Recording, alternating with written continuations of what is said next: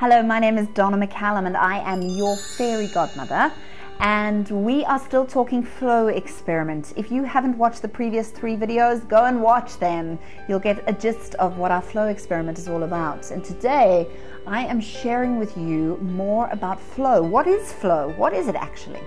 And what we've realized over the last 4 or 5 months, to me, my business partner Marissa, our community dreamweaver, and myself, is that flow is really about allowing. It's about allowing what is to be what is.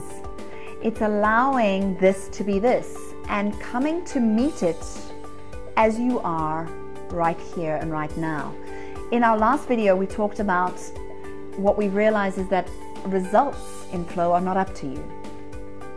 What it's about is simply about showing up. You show up in your life, you wake up every morning and you meet and greet life as it is.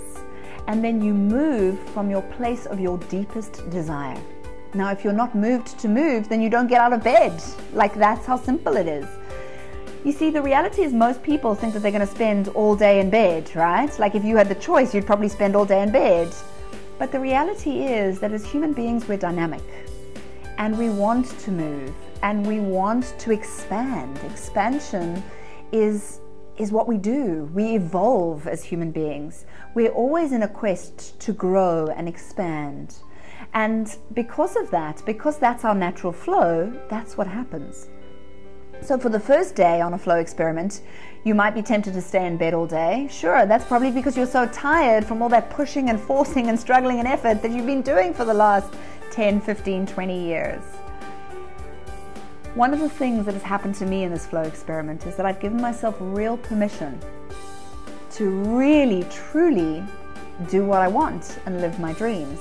Now, that might sound quite strange coming from a fairy godmother. This is what I've been preaching for the last 7 years. But there's a level of permission giving that's happened for me, which has been profound. I've given myself permission to live one of my dreams and move up to Durban and spend winter here because I don't like the cold and I don't like the rain and I want to be in warmth. I've given myself permission every morning to go surfing. And what I realize is that because it's one of the things that I love to do, because it lights up my soul, I actually have more opportunities and more kind of magic come into my inbox before 10 o'clock in the morning, when I'm actually not even in front of my computer, when I'm out in that ocean surfing, than if I'd been sitting behind my computer trying to have opportunities happen and make things happen. What I've seen since living in this beautiful space is that I'm doing a lot less work.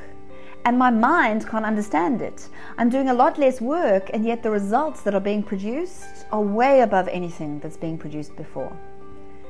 It's like that analogy that I gave you in the first video, where instead of doing, I am being the beautiful flower.